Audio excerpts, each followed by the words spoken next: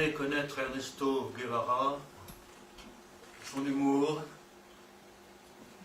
et sa joie de vivre.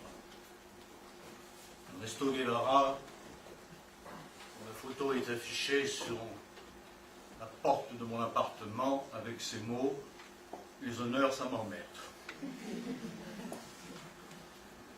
Guevara n'a jamais été pour moi une image.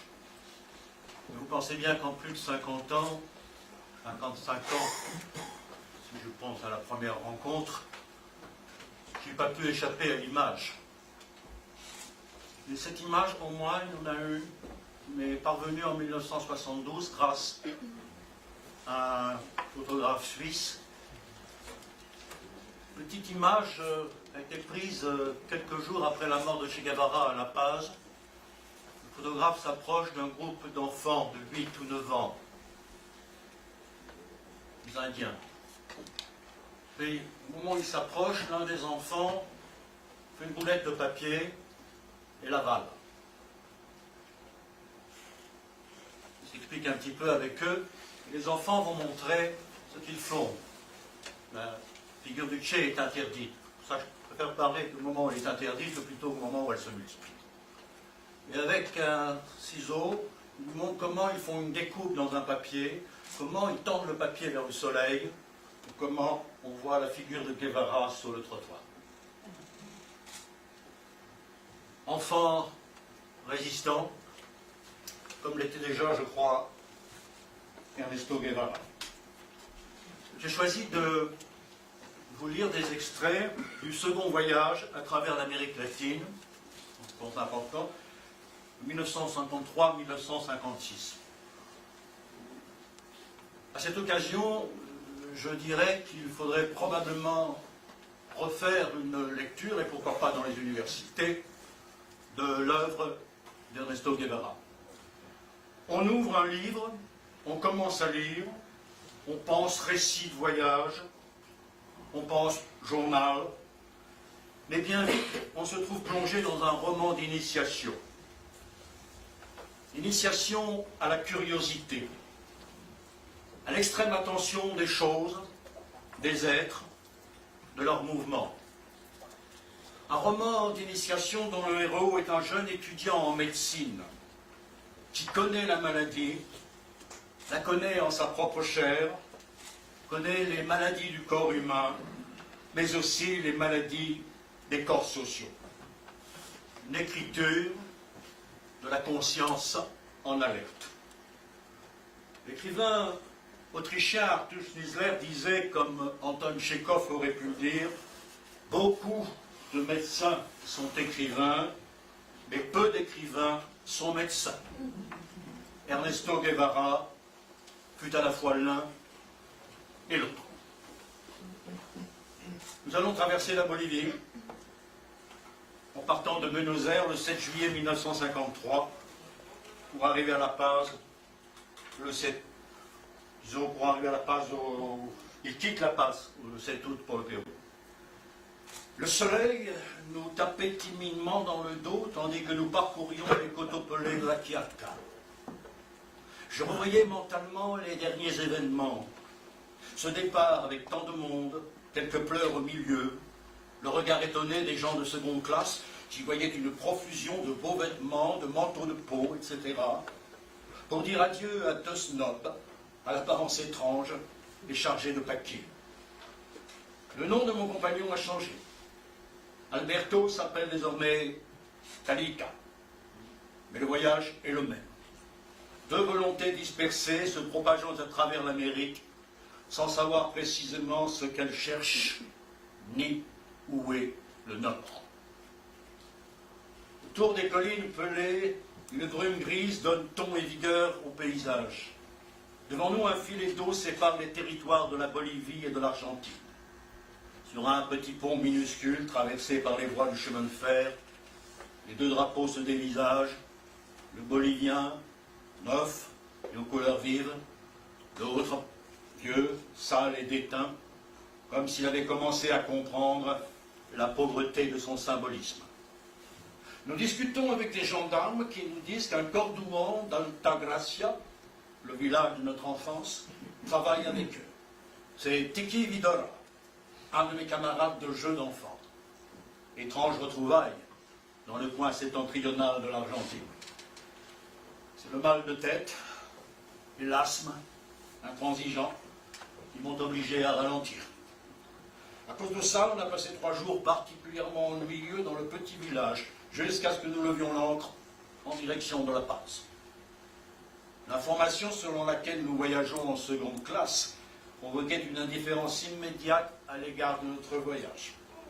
Il est encore important de savoir qu'il peut y avoir un bon pourboire, ici comme partout. Une fois sur le territoire bolivien, après une fouille superficielle de la douane argentine et chilienne, nous avons continué sans problème. Depuis Villazón, le train roule indolent vers le nord, entre des collines, des ravins et des routes d'une aridité absolue. Le vert, une couleur taboue.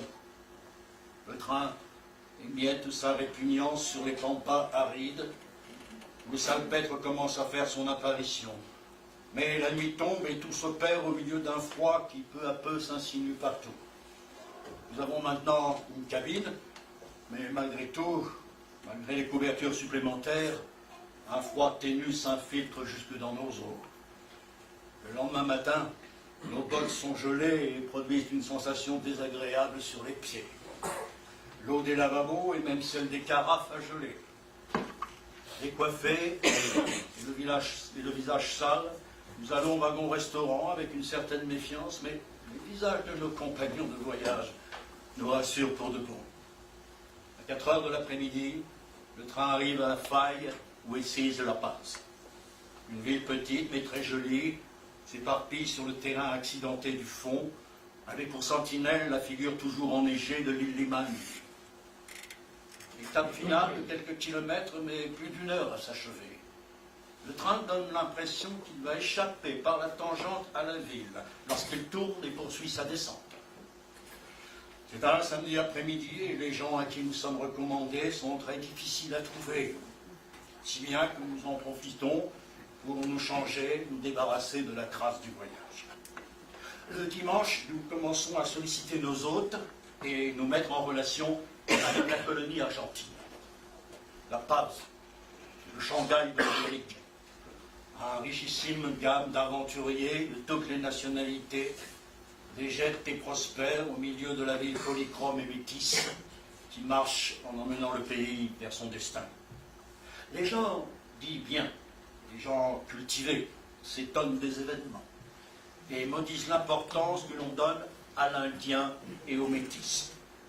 Mais chez tous, il m'a semblé voir une étincelle d'enthousiasme nationaliste face à certaines œuvres du gouvernement. Personne ne nie la nécessité de voir finir l'état de choses symbolisé par le pouvoir de 3 maîtres des mines d'État. Et les jeunes trouvent que cela a été un pas en avant dans la lutte pour un plus grand nivellement des personnes et des fortunes. Le 15 juillet au soir, il y a eu un défilé au flambeau, long et ennuyeux, comme exemple de manifestation, mais intéressant par la manière d'exprimer son adhésion sous la forme de tirs de Mauser, ou piripipi, le terrible jeu de la répétition. Le lendemain, dans un interminable défilé, se sont présentés des corporations, du collège, des syndicats faisant chanter la Mauser avec une certaine assiduité. Tous les temps de pas, un directeur des sortes de compagnie, scindant le défilé, criait « Camarades de la corporation Intel, vive la Paz, vive l'indépendance américaine, vive la Bolivie, gloire aux martyrs de l'indépendance, gloire à Pedro Domingo Murillo, gloire à Guzman, gloire à Villarroel. » La mélopée était entonnée d'une voix fatiguée, à laquelle un chœur de voix monotone donnait un cadre adéquat. C'était une manifestation pittoresque, mais pas virile. Par traînant, le manque d'enthousiasme général lui ôtait sa force vitale. Il manquait les visages énergiques des mineurs, pour dire des connaisseurs. Le matin d'un autre jour, on a pris un camion pour aller au Yungas. Au début, on est monté jusqu'à 4600 mètres. On lui a dit la Cumbre. On descend ensuite lentement par un chemin de corniche que flanquait un profond précipice sur presque tout le parcours. On a passé dans les Yungas 2 magnifiques journées, mais il manquait à notre patrimoine de femmes pour ajouter une note érotique, comme une nuance nécessaire aux vers qui nous entouraient de toutes parts. Sur les versants couverts de végétation qui se précipitaient vers une rivière en contrebas, distante de plusieurs centaines de mètres, par un ciel nuageux, s'éparpillaient des plantations de cocotiers, avec leurs échelons typiques, des bananiers qui, de loin, ressemblent à des hélices vertes surgissant de la forêt, d'orangers et autres citrus, de caféiers rougis de fruits, le tout nuancé par la figure rachitique d'un papayé dont la forme rappelle un peu la figure statique du lama et d'autres arbres fruitiers, ou non, des tropiques. Dans un coin, il y avait une ferme école des prêtres salésiens que l'un d'entre eux, un Allemand, nous a montré avec beaucoup de gentillesse. Une grande quantité de fruits et de légumes y était cultivée avec un soin extrême. Nous n'avons pas vu les enfants, qui étaient en classe. Mais en parlant d'autres fermes semblables en Argentine et au Pérou, je me suis souvenu de l'exclamation indignée d'un maître de primaire. Un éducateur mexicain l'a déjà dit, c'est le seul lieu au monde où l'on traite mieux les animaux que les gens. Je ne lui ai pas répondu, mais l'Indien continue à être une bête dans la mentalité du blanc, surtout s'il est européen, quels que soient les habits qu'il porte. Le retour, on l'a fait dans la camionnette de jeunes qui avaient passé le week-end dans le même hôtel. On est arrivé avec une drôle d'allure à La Paz, mais c'était rapide et relativement confortable. La Paz, ingénue, candide comme une jeune provinciale, montre avec orgueil ses merveilles municipales. Nous avons visité ces nouveaux bâtiments. L'université de poche, les terrasses de laquelle on domine toute la ville, la bibliothèque municipale, etc. On a fini par visiter la Bolsa Negra. En prenant la direction du sud, on monte progressivement jusqu'à une altitude d'environ 5000 mètres, pour redescendre ensuite vers la vallée au fond de laquelle est installée l'administration de la mine. Et sur l'un de ses versants, la veine. L'accueil est cordial, ils nous logent, et après, dodo. Le lendemain matin, dimanche, on va avec un des ingénieurs à un lac naturel alimenté par un glacier du Mururata. Dans l'après-midi, on visite la fabrique, moulin où l'on obtient le wolfram, le minerai produit par la mine. Le chef de la fabrique, un certain Tenza, très compétent, a planifié une série de réformes qui auront pour résultat l'accroissement de la production et une meilleure utilisation du minerai. Le lendemain, on a visité la galerie. Munis de manteaux imperméables qu'ils nous ont donnés, d'une lampe à acétylène et d'une paire de bottes en caoutchouc, nous sommes entrés dans l'atmosphère noire et inquiétante de la mine. Nous avons marché 2 ou 3 heures dans les galeries en surveillant les plafonds, en regardant les veines se perdre dans la profondeur de la montagne, en montant par les trappes étroites jusqu'à un autre étage, en sentant le fracas de la charge déversée dans les wagons, pour être recueillis à l'autre niveau, en voyant préparer des trous pour la charge avec la machine à air comprimé qui creuse au fur et à mesure. Mais ne sentez pas la mine frémir. Il manquait la poussée des bras qui tous les jours arrachent la charge de matériaux à la terre, qui pour l'heure était à La Paz, en train de défendre la révolution, puisque nous sommes le 2 août, jour de l'Indien et de la réforme agraire. Dans l'après-midi, les mineurs sont arrivés avec leur visage pierreux et leur casque en plastique coloré, qui les fait ressembler à des guerriers d'autres contrées. Leurs visages impassibles, avec le cadre invariable de l'écho de la montagne renvoyant les décharges, tandis que la vallée rapetissait le camion qui les amenait, offrait un spectacle intéressant. La Bolsa Negra peut encore produire pendant 5 ans dans les conditions actuelles, puis elle s'arrêtera. Elle arrêtera la production, à moins que l'on ne creuse une nouvelle galerie de plusieurs milliers de kilomètres. La galerie est en projet. Aujourd'hui, c'est la seule chose qui fait vivre la Bolivie, car ce minerai est acheté par les Américains. Voilà pourquoi le gouvernement a ordonné d'accroître la production, ce qui a été obtenu. C'est 30% de mieux grâce à l'effort intelligent et opiniâtre des ingénieurs responsables. Le docteur Révilla nous a reçus très aimablement et invités chez lui. À 4 heures, on est rentré en profitant d'un camion. On a passé la nuit dans un petit village appelé Palca. On est arrivé tôt à La Paz. Gustavo Porlinciri est un grand photographe. Avec lui, on a fait un itinéraire qui, partant de La Paz, passe par le club andin de Chacoltoya, pour continuer ensuite à travers les barrages de la compagnie d'électricité qui amante La Paz. Un autre jour, je suis allé au ministère des Affaires paysannes, où l'on m'a traité avec une extrême courtoisie. C'est un lieu étrange. Des tas d'Indiens de différents groupes attendent leur tour pour être reçus en audience. Chaque groupe a son costume typique et est dirigé par un chef ou instructeur qui adresse la parole à chacun dans sa langue maternelle. Lorsqu'ils entrent, les employés les saupoudrent de DDT. Finalement, tout était prêt pour le départ.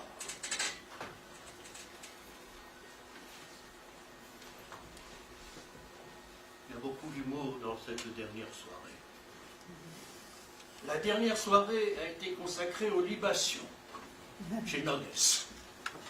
À tel point que j'ai oublié mon appareil photo. Au milieu d'un grand désordre, Kalika est parti tout seul pour Copacabana, pendant que moi, je restais un jour de plus pour dormir et récupérer mon appareil. Après un très beau voyage le long du lac et la traversée de la Bolsa, par Taqueria, je suis arrivé à Copacabana. On est descendu dans le meilleur hôtel et on a réservé un petit bateau pour nous emmener le lendemain à l'île du Soleil. On nous a réveillés à 5 heures du matin et on est parti en direction de l'île. Le vent était très faible et il a fallu ramer. On est arrivé à 11 heures sur l'île et on a visité une construction inca. Puis j'ai appris qu'il y avait encore d'autres ruines et l'on a obligé le batelier à nous y emmener. C'était surtout intéressant parce que, en fouillant parmi les ruines, nous avons trouvé quelques débris. Une idole représentant une femme qui répond presque à mes aspirations. Le batelier n'avait pas envie de rentrer, mais on l'a convaincu de lever l'ancre. Et pourtant, il nous a roulé en beauté et on a dû dormir dans une petite chambre misérable avec de la paille en guise de matelas. On est rentré à la rame le lendemain matin. Mais on jouait les andouilles vu la fatigue qui nous paralysait. On a perdu la journée à dormir et à se reposer. Et on a décidé de partir le lendemain à dos d'âne.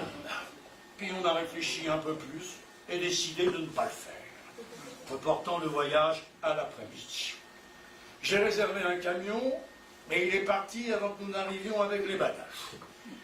Nous sommes donc restés coincés sur place pour finalement tout juste réussir à tenir dans un bus. C'est là qu'a commencé notre odyssée. Nous avions 2 kilomètres à parcourir avec nos gros sacs sur le dos. Nous avons fini par trouver 2 porteurs, et entre les rires et les jurons, on est arrivé à notre logement. Un des Indiens, que l'on avait surnommé Tupac Amaru, offrait un spectacle lamentable. Chaque fois qu'il s'asseyait pour se reposer, il fallait l'aider à se relever car il n'y arrivait pas tout seul. On a dormi comme des loirs. Le lendemain, on a eu la désagréable surprise de constater que le chercheur n'était pas dans son bureau. Et on a vu les camions partir sans rien pouvoir faire. La journée s'est déroulée dans l'ennui le plus total. Le jour suivant, on est parti en direction de Puno en longeant le lac. En arrivant à Puno, on a passé la dernière douane du chemin et on m'a confisqué 2 livres. L'homme en Union soviétique. Une publication du ministère des Affaires paysannes qui a été qualifiée de rouge, rouge, rouge, sur un ton exclamatif et récriminateur. Après une savoureuse discussion avec le chef de la police, j'ai décidé de chercher la publication à Lima. On a dormi dans un petit hôtel près de la gare. Voilà pour la traversée.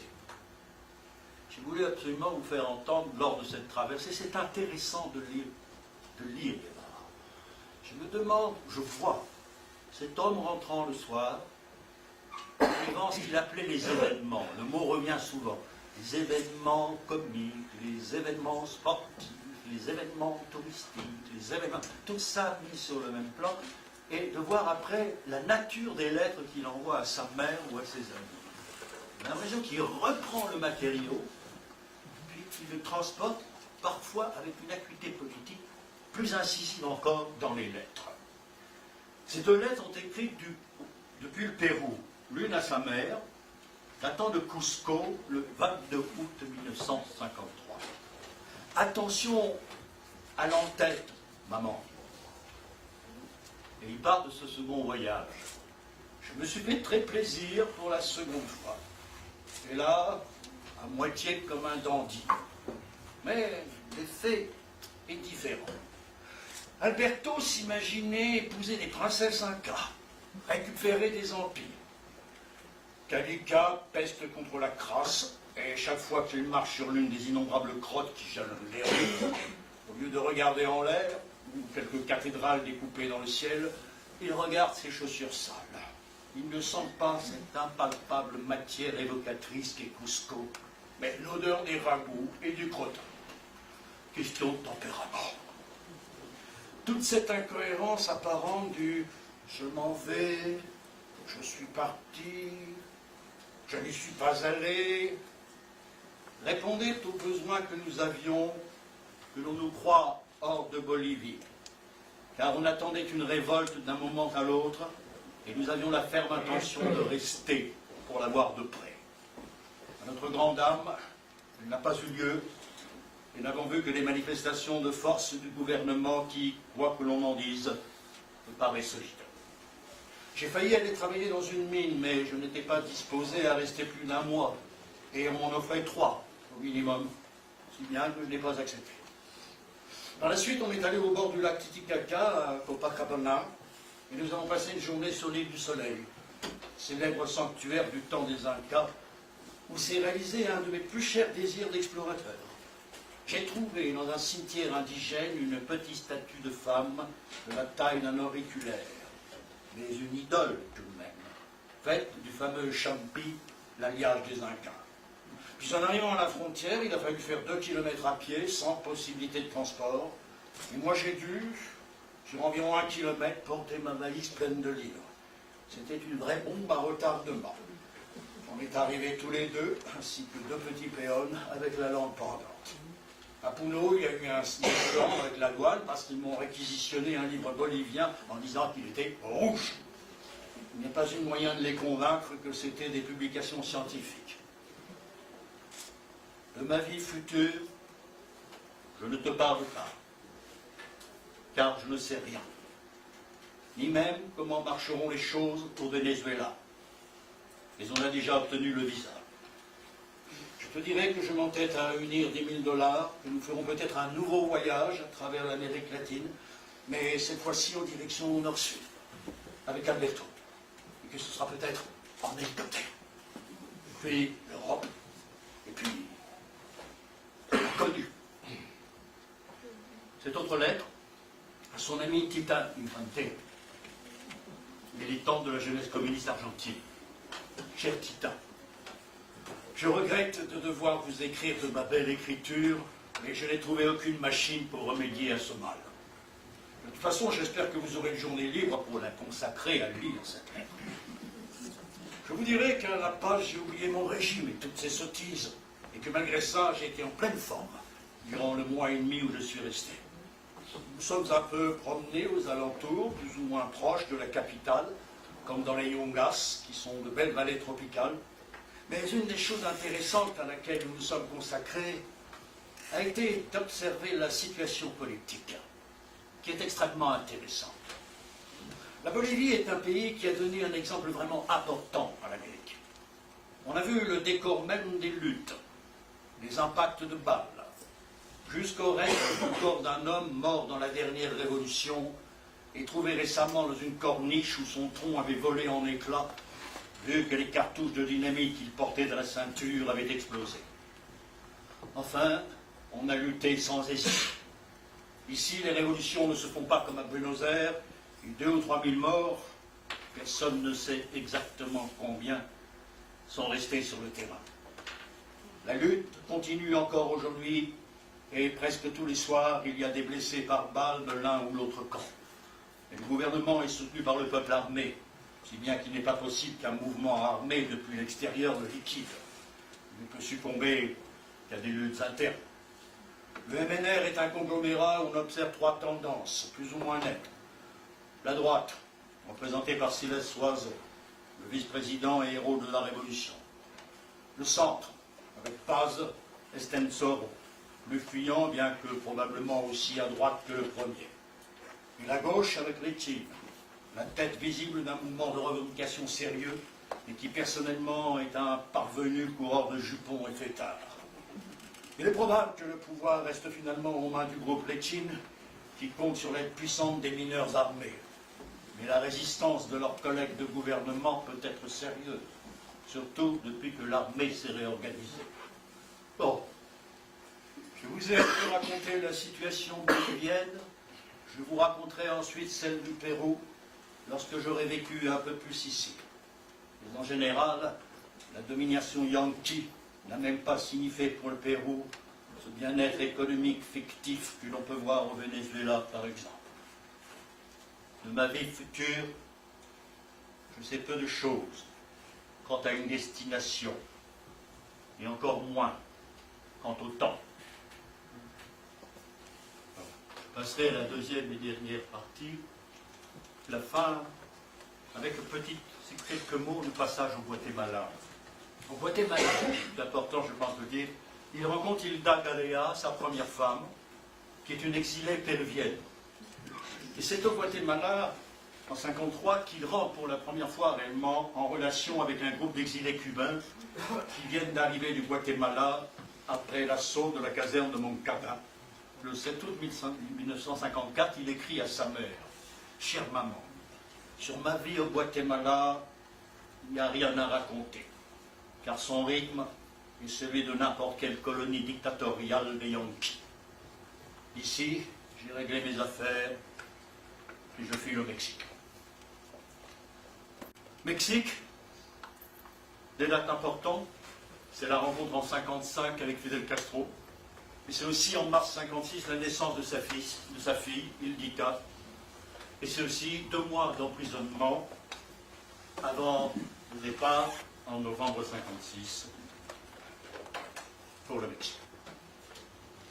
Après, j'ai choisi ces 2 extraits d'abord pour voir il y a cette formidable curiosité pour tout. Pour les paysages, pour les cultures, pour les êtres, pour les arbres, pour les animaux. Enfin, c'est incroyable, cette espèce de curiosité forcenée, qui fait même qu'à un moment donné, Guevara dit « Oui, la médecine, mais la vraie soif, c'est la soif de connaissance, c'est la soif d'étudier pour changer le monde. » Après beaucoup de péripéties, je suis installé à l'hôpital général de Mexico. Je travaille pas mal, bien que de façon un peu désordonnée. La nourriture me rend un peu malade, car si j'en mange, j'ai de l'asthme, et si je ne mange pas, j'ai faim. Saint-Lazare Malan me paye $150. L'agence latine dit qu'elle va payer, ça signifiera près de $5000, on verra si c'est vrai. Je me consacre maintenant à la découverte des alentours de Mexico, en compagnie d'Hilda, ma femme. On est déjà allé voir de magnifiques fresques de Rivera dans une école agricole et on a visité Puebla. C'est passé de bonnes et de mauvaises choses. Je ne sais toujours pas ce que sera ma vie future. L'agence latine a payé, mais elle n'a pas tout payé. Et il ne me restera que $2000 quand j'aurai réglé quelques comptes et fait quelques cadeaux. On m'avait invité au Festival de la Jeunesse, mais je devais me payer le billet. Et comptant sur l'argent, j'avais entrevu la possibilité d'aller en Espagne le 8 juillet, et je l'avais annoncé aux 4 vents. Maintenant, tout est réduit à néant.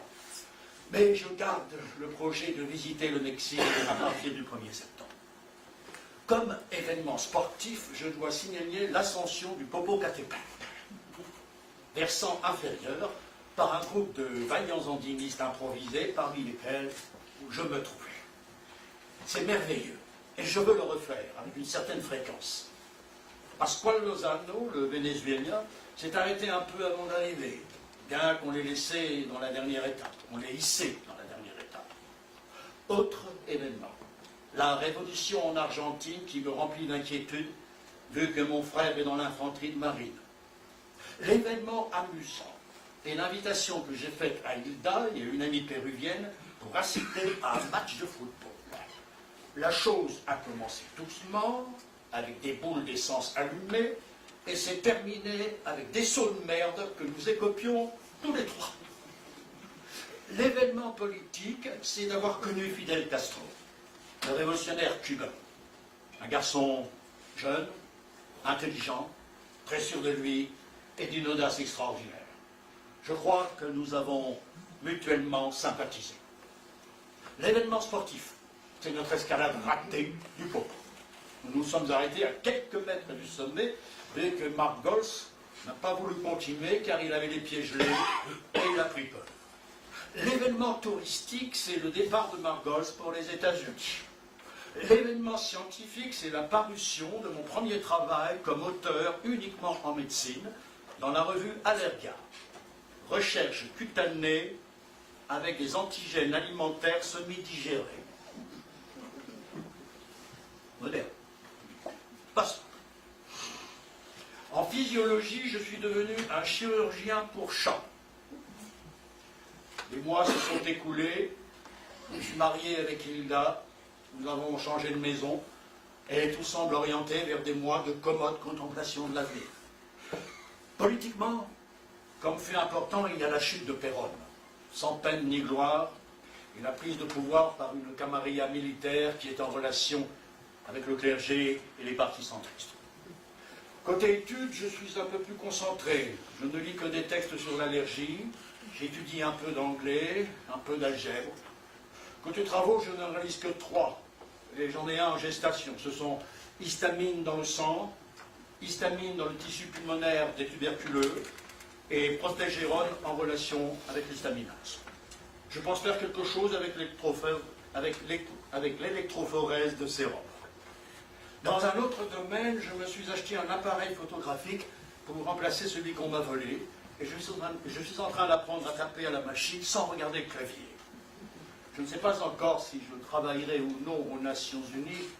L'idée me répugne, mais le salaire m'attire. Il n'y a pas grand-chose à rajouter, à part que je suis enfin arrivé au sommet du Popo. La montée a été simple, il n'y a presque pas eu de problème, et on est arrivé à 6h30 au bord inférieur. On n'est pas monté plus haut.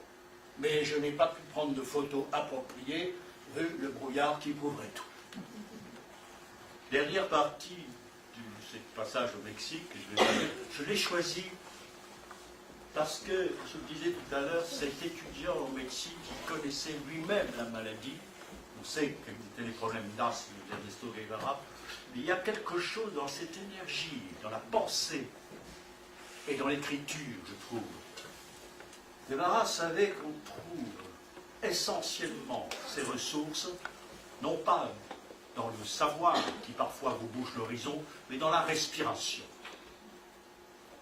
Le souffle étant le père de l'esprit. De voir comment on voit cette extraordinaire résistance physique qui va avec la résistance de l'esprit. 2 événements importants seulement. L'un d'eux prouve que je me fais vieux. Une fille que j'ai aidé à rédiger une thèse m'a mis parmi ses directeurs. Ici, on a l'habitude de dédier sa thèse à la moitié du monde. Et je me suis senti très heureux. L'autre est très beau. Je suis allé sur l'Iztaccíhuatl, le 3e volcan du Mexique. Le chemin est très long, et c'était ce qui s'appelle une initiation où certains étaient à cheval. Au début, j'ai marché aux côtés des meilleurs, mais à un moment donné, je me suis arrêté 5 minutes pour soigner une de mes ampoules. Et quand j'ai repris la marche, je me suis lancé à toute vitesse pour atteindre le gros de la colonne. Je l'ai atteint, mais déjà essoufflé. Et à la fin, j'ai commencé à me sentir fatigué. J'ai alors eu la chance de rencontrer une fille qui n'en pouvait plus, et sous prétexte de l'aider, elle était à cheval, je me suis accroché à l'étrier. On est enfin arrivé aux tentes, il fallait passer la nuit, et ma nuit a été très froide. J'ai très mal dormi. Parce que nous sommes arrivés et la terre était sèche. En nous levant le lendemain, il y avait 30 ou 40 cm de neige et il continuait à neiger. On a décidé de monter de toute façon, mais on n'a même pas pu arriver au col. Si bien qu'à 11 h du matin, on commençait la descente. Tout le chemin, puisque la poussiéreux et pierreux était maintenant couvert de neige. Moi qui souffre d'une mauvaise circulation dans les jambes, je portais 5 paires de chaussettes, ce qui m'empêchait presque de marcher. Mais un muletier qui menait ses mules de bas et passait si fièrement les jambes à l'air qu'il m'a donné des complexes. C'est à l'arrivée dans la zone boisée que le spectacle a été le plus beau, car la neige dans les pins, c'est quelque chose de formidable. En plus, la neige continuait à tomber et cela augmentait la beauté du tableau. Je suis arrivé moulu à la maison. De nouveau sur les Stasiwalt, après quelques échecs. Cette fois-ci, les choses se sont passées ainsi. On est arrivé à 9 au puits, à l'aube, et on a commencé à monter en longeant la Goupia en direction du refuge d'Aggo, impatient de redresser les genoux. Quand on a attaqué la neige, il y en a 2 qui sont partis. Je suis resté dans le dernier groupe, et celui qui était avec moi au moment d'attaquer le glacier, voyant que ce n'était que de la glace, est reparti. Je suis alors resté seul derrière, et je suis tombé, restant accroché à une saillie dans la glace. La chute m'a rendu plus prudent, et je marchais très lentement. Au moment où le guide essayait de me donner du courage et de me montrer comment faire pour monter, il a dévissé. Il passait à côté de moi comme un éclair en essayant désespérément de clouer son piolet dans la glace. Et finalement, il s'est arrêté après avoir roulé sur environ 80 mètres près d'un précipice dont il aurait fait le grand saut en enfer. Après la dégringolade du guide, on est tous descendus en faisant très attention. Ce qui fait qu'on a mis plus de temps à descendre qu'à monter. Le guide se sentait épuisé et il s'est trompé de chemin. Après, pour la descente. Si bien qu'on est arrivé à 6 h du soir au puits. Il s'est écoulé beaucoup de temps et beaucoup de nouveaux événements ont eu lieu. Je n'exposerai que les plus importants. Depuis le 15 février 1956, je suis père. Hilda Béatrice Guevara est la première née. J'appartiens au groupe de Roca du Mexique. 5 postes qu'on m'offrait ont capoté et je me suis improvisé caméraman dans une petite compagnie. Les progrès dans l'art cinématographique sont rapides. Mes projets pour le futur sont nébuleux, mais j'espère terminer un ensemble de travaux de recherche. Cette année peut être importante pour mon avenir.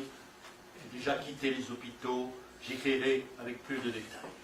Je terminerai avec ces 2 courtes lettres, l'une à sa mère qui s'achève par quelque chose qui m'émeut particulièrement dans la préscience de Guevara de son destin. C'est en 56, probablement en octobre. Chère maman, ton désastre de fils de mauvaise mère de surcroît, n'est pas la moitié d'un rien. Ma profession actuelle est celle de danseur. Aujourd'hui ici, demain là-bas. Et les parents, je ne suis pas allé les voir pour cette raison.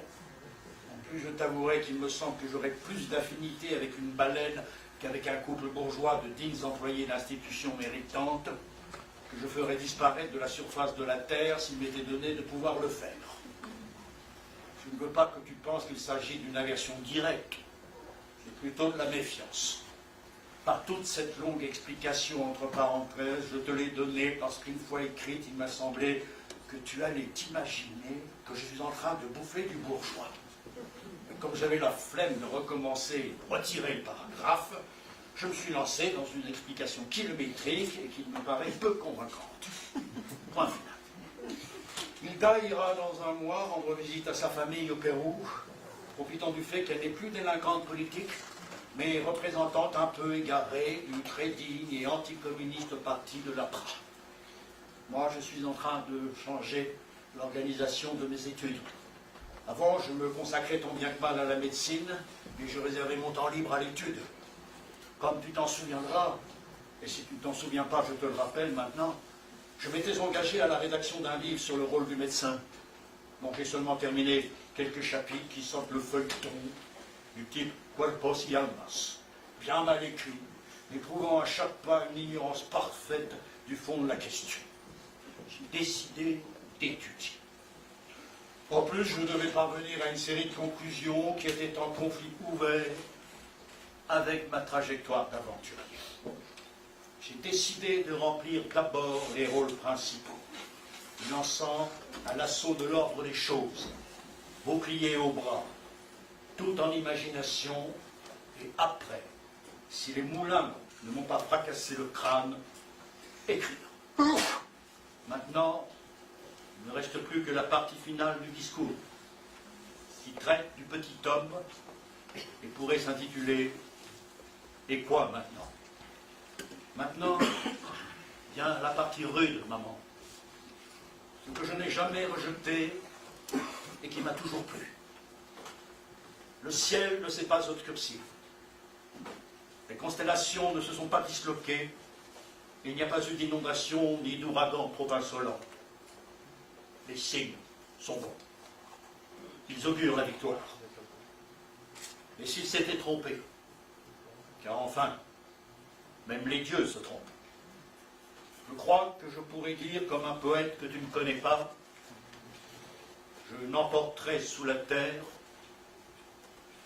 le cauchemar d'un chant inachevé. Pour éviter tout pathétisme prémortem, cette lettre partira quand le torchon brûlera vraiment. Et tu sauras alors que ton fils, dans un pays américain ensoleillé, se maudira lui-même de ne pas avoir étudié un peu de chirurgie pour aider un blessé. Il maudira le gouvernement mexicain de ne pas l'avoir laissé perfectionner son adresse de tireur, déjà respectable, pour renverser des pantins avec plus d'aisance. Et on luttera dos au mur, comme dans les hymnes, jusqu'au vaincre ou mourir. Ton fils t'embrasse à nouveau, avec toute la tendresse d'un adieu qui refuse d'être définitif. La dernière lettre à son ami Tita Infante pour terminer. Novembre 1956. Chère Tita, il y a si longtemps que je ne vous ai pas écrit que j'ai perdu cette confiance de la communication habituelle. Je suis sûr que vous ne me comprendrez pas bien mon écriture, je vous expliquerai tout peu à peu. Premièrement, ma petite indienne a déjà 9 mois. Elle est assez mignonne, pleine de vie, etc. Deuxièmement et principalement, il y a un certain temps, de jeunes Cubains révolutionnaires m'ont invité à aider le mouvement avec mes connaissances médicales. Et j'ai accepté. Car vous devez savoir ce qu'est le type de boulot qui me plaît. Je suis allé dans un ranch dans les montagnes, diriger l'entraînement physique, vacciner les troupes, etc. Mais je suis devenu si salé, expression cubaine, que la police a embarqué tout le monde. Et comme j'étais bancal, expression mexicaine, sur mes papiers, j'ai pris 2 mois de prison, sans compter qu'ils m'ont volé ma machine à écrire, entre autres babioles.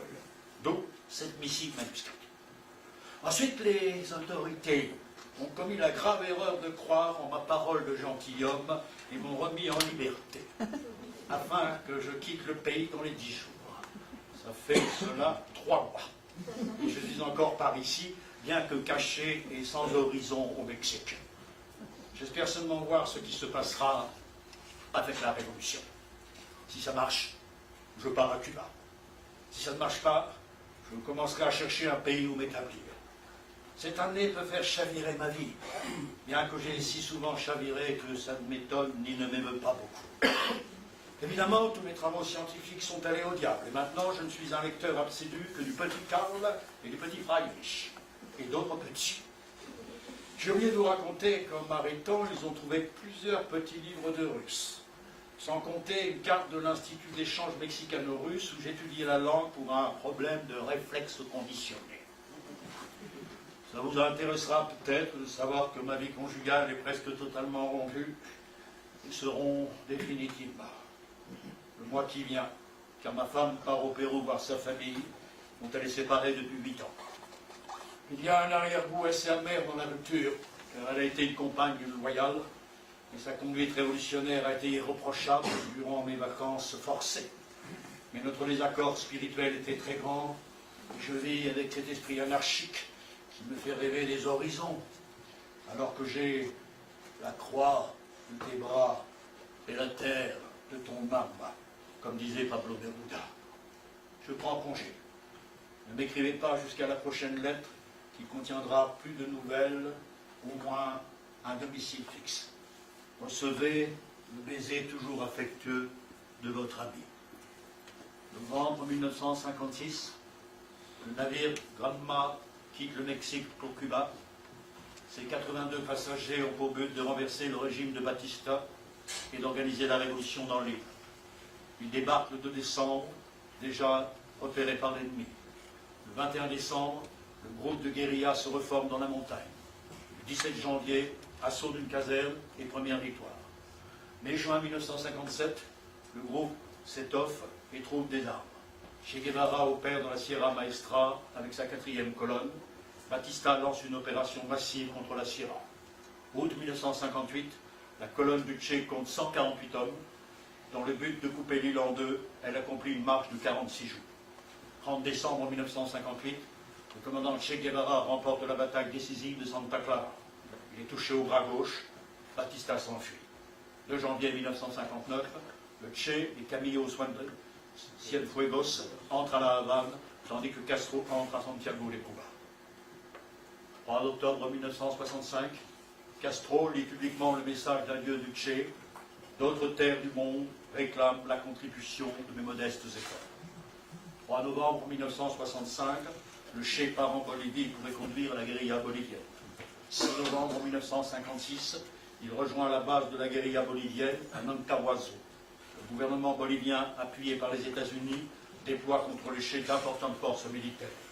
8 octobre 1967, le Che et son groupe sont capturés. Interrogé, Che Guevara ne répond à aucune question.